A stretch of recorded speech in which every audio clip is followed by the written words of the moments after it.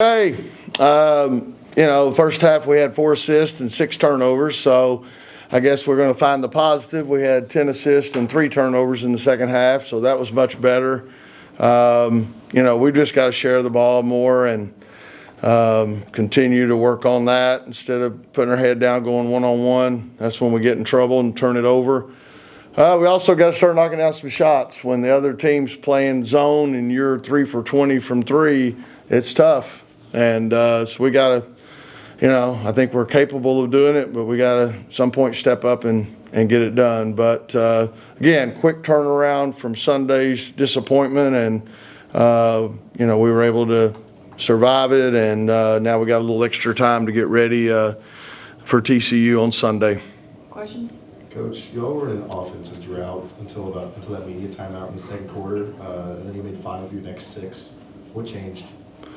Well, I let the assistants coach the first quarter and a half, and then I took over. No, I don't know. I think we got the ball inside a little bit more. We wanted transition, so maybe we did a little bit better job of pushing the tempo. And like I said, we got some people inside that are capable of scoring. We got to make sure we get them touches, and until I see the film, that's probably the best I can do right there. The layup numbers where they're missing a lot of, like a high percentage of them, and then the 3-point. Can this be a good shooting team, and is there ways you can help with that? Are they getting quality shots, or do you think they can do that? Yeah, I think it's a combination. We're taking some tough shots, and that's part of the reason the percentage isn't good. But we got to finish some of those. I thought first half, even Southern Cal game, we missed a lot of, if you want to call them bunnies, whatever.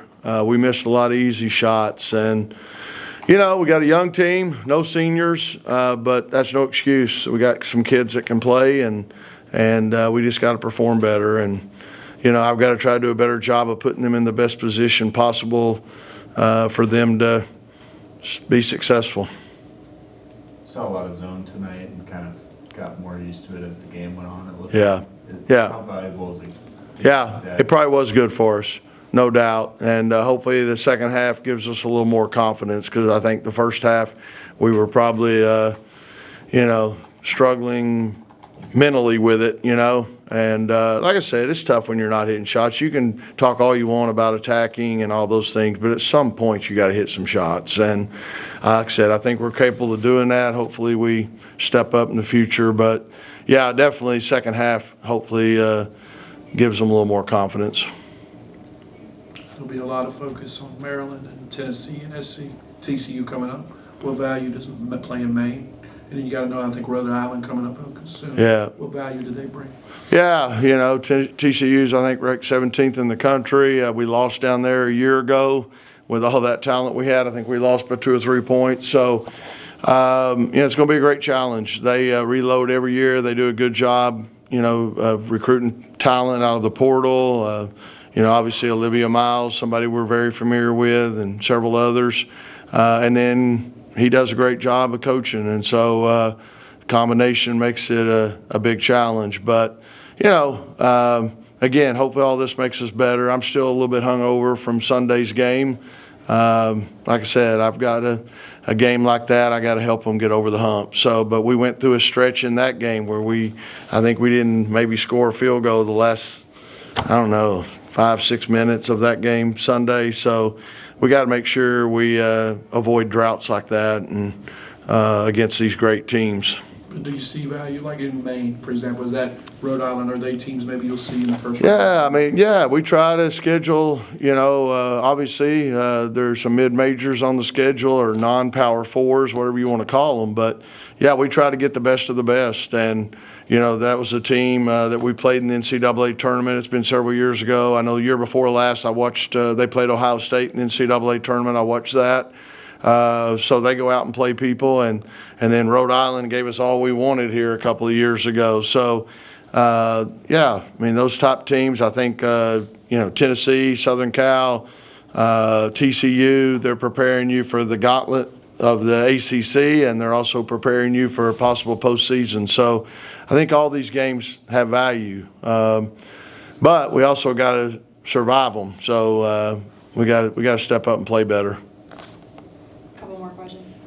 What did you see from Lorena and Mallory tonight, and like how do you evaluate how? Yeah, again, that's what's tough is you just got to look at the matchups. And the Tennessee game, they were super athletic at the post and they could step out and shoot the three. Well, that's hard for a true 5 player to go out and guard. It's hard for Tilda, who is kind of a forward, big forward. But that, and then Southern Cal was just so athletic and long, and so it made it hard to have the true 5 players out there. And even tonight, Smith, the undersized post player for them, tough matchup.